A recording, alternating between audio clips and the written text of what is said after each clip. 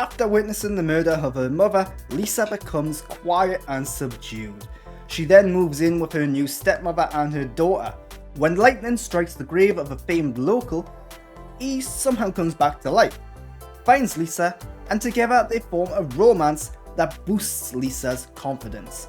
The only catch is that he needs body parts to be fully rebuilt.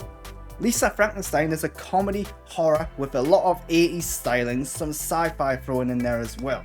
It's a film that struggles with tone and genre, trying to be multiple things at once and rarely succeeding at any of them.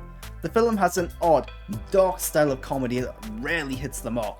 Its horror is somewhat pedestrian because of poor effects, perhaps deliberately so, and its romance elements don't come into play until well into the second half of the movie. They do work quite well, but it's just a bit of a slog to get to that point.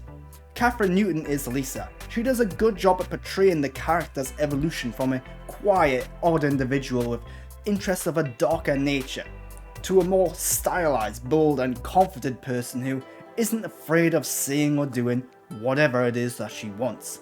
Her performance and her attempts to cover up the death, the murder and the shenanigans of her deceased love interest are the highlight of the film.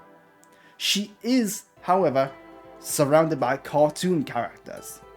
Carla Gugino is good as the new stepmother, but she isn't given a whole lot to say or do. She puts her all into it, displaying some great emotion, but that's all there is to her role.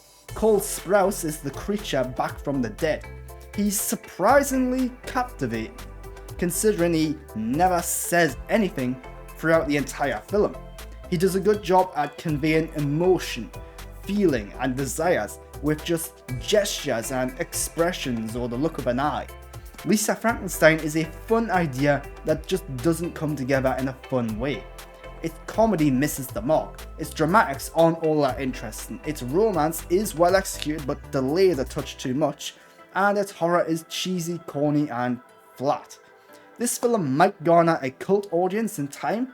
It has some great ideas and good performances, but at this point I just can't recommend it.